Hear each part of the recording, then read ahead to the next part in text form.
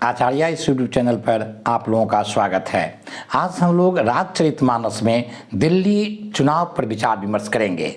शीर्षक हमने दिया है दिल्ली दंगल। मैं आज से ही शुरू करता हूं। आज मतदान समाप्त हो गया, 5 फरवरी है और लगभग 58% लोगों ने मतदान किया और ये प्रतिशत 60% तक जा सकती है बढ़ करके। लेकिन यह भी एक बात है कि दिल्ली के 1,58,00,000 मतदाताओं में से लगभग 60 लाख मतदाताओं ने मतदान नहीं किया। अगर देखा जाए तो 90 से 92 लाख मतदाताओं ने वहां पर मतदान किया है। इस आंकड़े के हिसाब से यह एक अच्छी बात नहीं है। दिल्ली की जो मतदाता हैं, वहां के जो लोग हैं, वो सब कुछ से अप टू डेट है। काफ़ी पढ़े लिखे लोग हैं, अखबार देखते हैं, टेलीविज़न देखते हैं, सभी के पास है, सोशल मीडिया का एंड्रॉयड फ़ोन है, बहुत तरह की चीज़ें हैं। फिर भी राजनीतिक निष्क्रियता इस बात को रेखांकित करती है कि दिल्ली के लोग राजनीतिक रूप से सजग नहीं हैं। अगर सजग रहते तो मतदान कम से कम पिछले बार जो 62% से अधिक था, वह इस बार 63-64% जाना चाहिए। राजनीतिक परिदृश्य से, ऐतिहासिक दृष्टिकोण से देखें तो दिल्ली पर कब्जा करके दूसरे जगह के लोगों ने जो शासन किया, वो उस राजनीतिक निष्क्रियता का ही एक भाग है। और अभी भी अरविंद केजरीवाल जो पिछले कई वर्षों से 13 वर्ष से वहां पर 12 वर्ष से शासन कर रहे हैं, वो भी हरियाणा के ही हैं। आइए अब विषय पर आ जाते हैं। यहां पर आप देखें तो अभी तक 10 एग्जिट पोल को मैंने देखा है, वीडियो बनाते बनाते तक 8:30 बजे तक। और यहां हम देख रहे हैं कि 10 एग्जिट पोल में से 8 एग्जिट पोल बीजेपी की सरकार बनती हुई दिख रही है और 2 जो हैं वो आप पार्टी यानी केजरीवाल जी की सरकार को बनाते हुए दिखा रही है। यानी कि 10 में से 80% एग्जिट पोल जो हैं वो बीजेपी की तरफ और 20% जो हैं वो आपको आप पार्टी के तरफ हैं। अगर इन सभी का पोल का एवरेज निकाल दिया जाए तो लगभग 39 से 47 सीट भाजपा को आता हुआ दिख रहा है, भाजपा को, और आपको लगभग 30 सीट आता हुआ दिख रहा है, लेस देन 30, लेकिन 30 सीट आता हुआ दिख रहा है। तो ये एग्जिट पोल का माजरा है। लेकिन अगर पिछले कई चुनावों में देखें तो एग्जिट पोल की जो आंकड़ा है वह बिल्कुल फ्लॉप कर जाता है। लोकसभा का चुनाव देखें, हरियाणा का चुनाव देखें, महाराष्ट्र का चुनाव देखें, अधिकांश जगह यह सही सिद्ध नहीं हुआ है। इसीलिए इसे मनोरंजन के रूप में लोग देख रहे हैं। अब आइए मेरा निष्कर्ष क्या है। तो दिल्ली चुनाव के संदर्भ में आज मेरे कई मित्रों से बातचीत हुई जो वहां पर भिन्न भिन्न पदों पर हैं, कुछ कोचिंग चला रहे हैं आदि से। तो उस सब के आधार पर मुझे ऐसा लग रहा है कि 3 निष्कर्ष निकाला जा सकता है। पहला, आप पार्टी की सरकार बनने की संभावना कम दिख रही है, यह पहला निष्कर्ष है। दूसरा, बीजेपी की सरकार बनने की संभावना बहुत ज्यादा दिख रही है, ये दूसरा निष्कर्ष है। और तीसरा, जिस पार्टी की भी सरकार बनेगी, या आपकी सरकार बनेगी या भाजपा की सरकार बनेगी, जिसकी भी सरकार बनेगी वह फुल मेजॉरिटी में रहेगी। अर्थात उस पार्टी को, अगर आपकी सरकार बनेगी तो 42 ± 2 सीट होंगे, या भाजपा की सरकार बनेगी तो इसको भी 42 ± 2 सीट होंगे। यानी पूर्ण बहुमत की सरकार रहेगी। वो जो नेक टू नेक कंपटीशन की बात कही जा रही है, मुझे ऐसा लग रहा है कि ऐसी बात नहीं होगी। दिल्ली की जनता जिसकी भी सरकार देती है तो 70 में 67 सीट दे देती है, 67 में 62 सीट दे देती हैं। लोकसभा में पिछले 3 चुनाव से भाजपा को 7 की 7 सीट दे रही है। इस तरह से मुझे लग रहा है कि वोटिंग में अस्पष्टता रहेगी। या तो आपकी सरकार बनेगी तो 42 सीट के लगभग में 40+ रहेंगे, और भाजपा के भी बनेंगे तो 40+ रहेंगे। अब क्यों कह रहा हूं कि आपकी सरकार बनने की संभावना कम है और भाजपा की सरकार बनने की संभावना ज़्यादा है? इसके कारण में अगर हम लोग जाएं तो सबसे पहला कारण ये देखेंगे कि आप पार्टी के विपक्ष में एंटी इनकम्बेंसी है और अरविंद केजरीवाल की जो छवि कट्टर ईमानदार वाली थी, कॉमन पीपल वाली थी, वो सब बिल्कुल धराशाही हो गया है। इस तरह की स्थिति बन गई है। कुल मिलाकर के देखें, जो शीश महल वाला जो मुद्दा था, वो जो कहते थे कि हम आम आदमी हैं, 2 रूम वाले कमरा में हम घर में रहेंगे, छोटे कार पर चढ़ेंगे, फलाना नहीं करेंगे, ठिकाना नहीं करेंगे। अभी उनका एक वीडियो वायरल हुआ है हुआ था चुनाव से पहले कि अगर 2025 तक हम यमुना को साफ नहीं करेंगे तो दिल्ली की जनता से मैं वोट मांगने नहीं आऊँगा। इसी तरह की दावा फिर इस बार कर रहे थे। तो इतना जनता को बरगलाने की बात वो किए। अब धीरे धीरे कांग्रेसियों ने और भाजपाइयों ने उनका कलई खोल दिया और वो कलई उनके उतरते चले गए और बहुत हद तक कलई उतर गया। पहली बात। दूसरी बात हम देखते हैं भ्रष्टाचार। ये भ्रष्टाचार जो है, भाजपा के विपक्ष वाली सरकार कई जगह चल रही है। लगभग 10 राज्यों में भाजपा की सरकार नहीं चल रही है। उन सभी जगह के मुख्यमंत्री या उनके अन्य नेता जेल में नहीं हैं। इसका अर्थ हुआ कि अरविंद केजरीवाल और उनके मंत्री, उप मुख्यमंत्री, स्वयं मुख्यमंत्री, कई मंत्री जेल में हैं, जेल में थे और रहने की जाने की संभावना बन रही है। ये इस बात को रेखांकित कर रहा है कि कहीं न कहीं बड़े स्तर पर उनके सरकार में भ्रष्टाचार हुए। दूसरी तरफ देखें कि दिल्ली की जो समस्या है, अब बिहार के चुनाव भी बिजली और पानी तथा रोड पर नहीं हो रहा है, लेकिन दिल्ली में रोड की समस्या आ गई है, पानी की समस्या है। वो बता रहे हैं कि जमुना जी में जहर घोल करके वहाँ के हरियाणा के जो मंत्री हैं सरकार भेज रही है और फिर अगले दिन जो है सो बात गलत सिद्ध हो जाती है। यमुना जी की गंदगी, प्रदूषण के कारण वहाँ पर स्कूल बंद हो रहे हैं, बच्चे के स्कूल नहीं भेजा जा रहा है, घर से बाहर निकलने के लिए नहीं कहा जा रहा है। अब पंजाब के पराली की बात करते हैं और पाकिस्तान में हवा जाती नहीं है, वहाँ पर बिल्कुल ठीक है, दिल्ली में प्रदूषण हो जाती है, पंजाब साफ रह जाता है।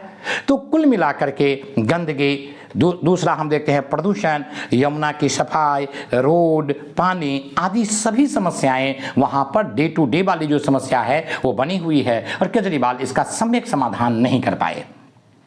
अगली बात हम देखते हैं केजरीवाल जी के संदर्भ में कि दिल्ली की जो दंगा है, जहां पर बड़े स्तर पर दंगा हुए थे और वो हम लोग जानते हैं, वो भी कहीं न कहीं ओवैसी आकर के उन दंगा को और उभार दिया और चीज़ें जो हैं सो कहीं न कहीं पोलराइज होगा। तो ये पहला कारण था जो आप पार्टी से और केजरीवाल के व्यक्तित्व से जुड़ा हुआ था। इससे केजरीवाल को कहीं न कहीं कम सीट मिलने की संभावना व्यक्त की जा रही है। दूसरा, कांग्रेसी पिछले 2 चुनाव की तुलना में इस बार काफ़ी दमखम के साथ चुनाव लड़ रही है और राहुल जी इस बात को कहीं ना कहीं समझ रहे हैं। राहुल पर भी मैंने एक वीडियो बनाया था कांग्रेस को लेकर के कि कांग्रेस को कैसे सफलता मिलेगी। उसमें पहला कारण जो मैंने बताया था वो यही रखा था कि कांग्रेस को यह समझना चाहिए कि बीजेपी उनके बाद के दुश्मन है, नज़दीक का दुश्मन उनका ममता बनर्जी यानी कि तृणमूल कांग्रेस यानी कि सपा और आप केंद्र माने केजरीवाल जी हैं, अखिलेश जी हैं और ममता बनर्जी जी हैं। तो राजनीतिक दुश्मन जो हैं इनको पहले दबाना पड़ेगा, तब वो फाइट में आ पाएंगे।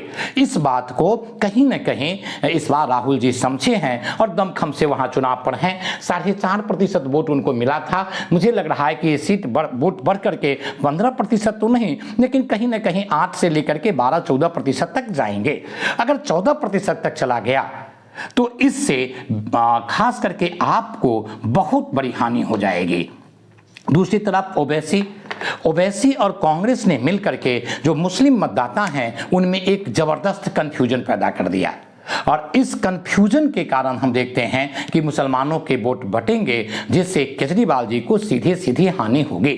उनके तुष्टीकरण वाली जो पॉलिसी थी उस पर ओवैसी और कांग्रेस ने तो प्रभाव डाल ही दिया और मौलानाओं को जो उन्होंने कहा था कि 18,000 रुपया देंगे, वो पिछले 1.5 साल 2 साल से नहीं दे रहे हैं।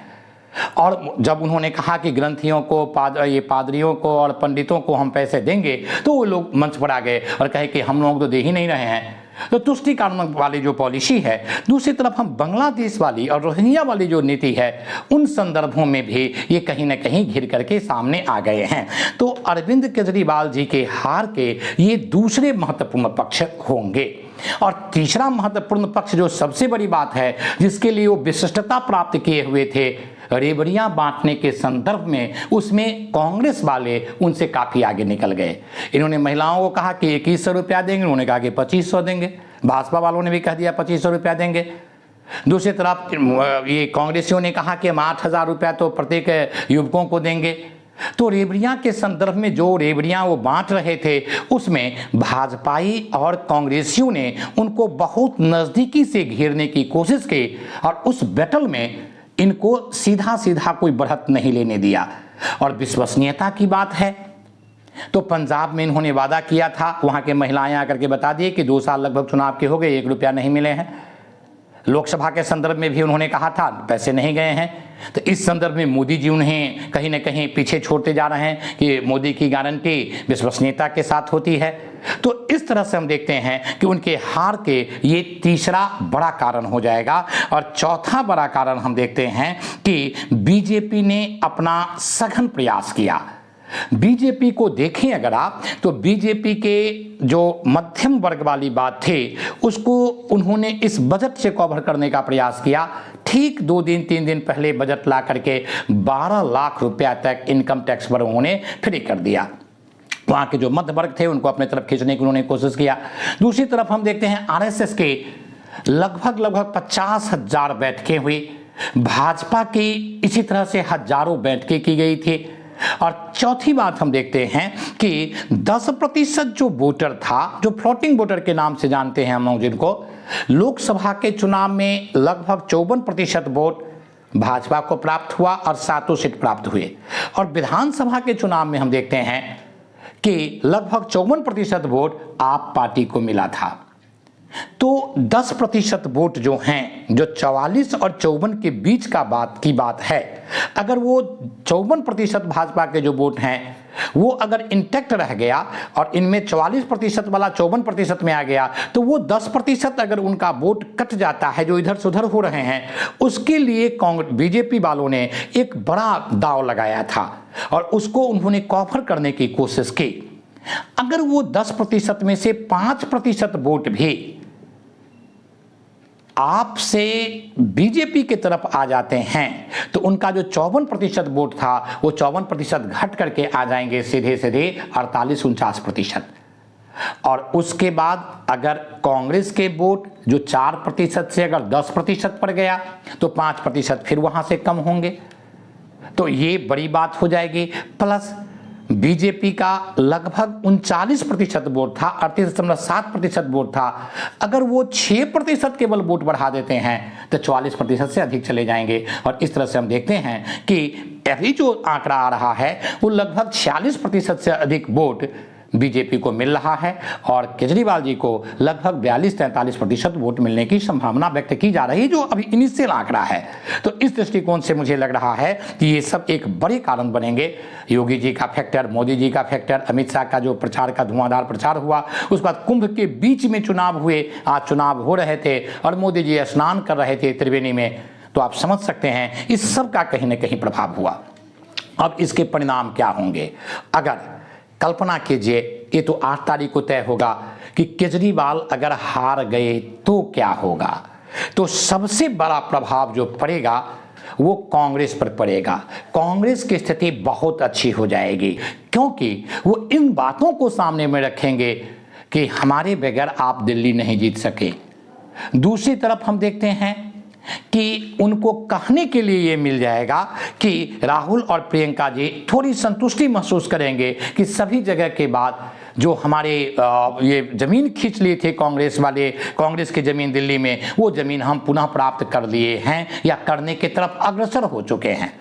दूसरा लाभ कांग्रेसियों को यह होगा, मनोवैज्ञानिक लाभ के बाद दूसरा लाभ यह होगा कि गुजरात में जो आप पार्टी ज़्यादा बढ़त ले रहा था और अगले चुनाव या उससे अगले चुनाव तक गुजरात में बीजेपी बनाम आपकी बात होती, वह अब कम पड़ जाएगी और गुजरात में कांग्रेस की स्थिति अच्छी हो जाएगी, वह उठ करके बीजेपी को चुनौती दे सकती है। यही हाल गोवा में और यही हाल हम देखते हैं पंजाब में होने की संभावना हो जाएगी। तो कुल मिलाकर के कांग्रेस इस चुनाव में अगर 3 सीट ले लेती है, 3 सीट और 12 से 15% मत ले लेता है, तो सबसे अधिक लाभ कांग्रेस को होगा। और तो अरविंद केजरीवाल की जो बात है, आपकी जो है, उस पर प्रभाव तो यही बनेगा कि अपने अस्तित्व को वो बचा करके रख पाएंगे या नहीं रख पाएंगे, इसकी कोई गारंटी नहीं है। ये आप पार्टी जो हैं वो अरविंद केजरीवाल फिर करेंगे क्या? भगवंत मान तो हटेंगे नहीं। तो अरविंद केजरीवाल जी को संतुष्ट करने के लिए बड़ा मुश्किल हो जाएगा और इस तरह से हो सकता है कि आप पार्टी टूट जाए। लाभ सबसे कम इसमें जो होंगे, सबसे अधिक लाभ होगा बीजेपी कांग्रेस को, सबसे अधिक हानि होगी आप पार्टी को और सबसे कम लाभ होगा बीजेपी को। लेकिन बीजेपी को सबसे बड़ी बात यह हो जाएगी कि उसकी सरकार बन जाएगी। मोदी जी के 11 वर्ष के शासनकाल में दिल्ली को वो नहीं जीत पाए, अगर बीजेपी की सरकार बन जाती है 8 तारीख को तो यह कसक बीजेपी की पूरी हो जाएगी। दूसरी तरफ हम देखते हैं कि लोकसभा के बाद लगातार तीसरी चौथी जीत हो गई है, यानी हरियाणा के जीत, उसके बाद जो है सो हम देखते हैं कि महाराष्ट्र के जीत, जम्मू कश्मीर में एक बेहतर पोजीशन और फिर ये जीत, तो इनके कॉन्फिडेंस बढ़ जाएंगे। और चौथी बात हम देखते हैं कि बिहार के चुनाव के लिए बीजेपी के पक्ष में हवा बहेगी। अगर बीजेपी चुनाव हार जाती है तो सबसे अधिक हानि कांग्रेस को होंगे और सबसे अधिक लाभ आपको होगा। बीजेपी पर इसका कोई प्रभाव नहीं पड़ेगा, क्योंकि बीजेपी के लिए ये चुनाव उतने महत्वपूर्ण नहीं हैं जितने महत्वपूर्ण कांग्रेस और आपके लिए है। लेकिन फिर भी जीत जीत होती है और हार हार होती है। तो इस चुनाव में देखिए 8 तारीख को क्या होता है। मेरा निष्कर्ष यह है कि बीजेपी को, मुझे लग रहा है कि 42 ± 2 सीट मिलेंगे, आपको 25 ± 2 सीट मिलेंगे, कांग्रेस को 2 ± 2 सीट मिलेंगे और वीआईपी सीट जो है अरविंद केजरीवाल वाला नई दिल्ली का, उस पर चुनाव फंसा हुआ है, हो सकता है कि वो चुनाव हार जाएं। दूसरी तरफ हम देखते हैं आतिशी जी वाला, जो कालका जी से चुनाव लड़ रही हैं, वहां आतिशी जी हार सकती हैं चुनाव। और तीसरा हम देखते हैं कि जो मनीष सिसोदिया हैं वो भी चुनाव हार सकते हैं। ये तीनों बड़े नेता हैं, तीनों के चुनाव फंसे हुए हैं, हार भी सकते हैं, जीत भी सकते हैं। ज़्यादा संभावना इनके नकारात्मक ही है, क्योंकि संजीव दीक्षित निश्चित रूप से कुछ वोट काटेंगे और अगर वो 10,000 से अधिक वोट काट ले तो अरविंद केजरीवाल हार सकते हैं चुनाव। तो कुल मिलाकर के निष्कर्ष यही है कि ये एग्जिट पोल का विश्लेषण था और आगे 8 तारीख को जो कुछ भी परिणाम आएंगे उस पर, दिल्ली चुनाव पर अंतिम वीडियो हम डाल करके इन बातों को रखने और समझने की कोशिश करेंगे। बहुत बहुत धन्यवाद।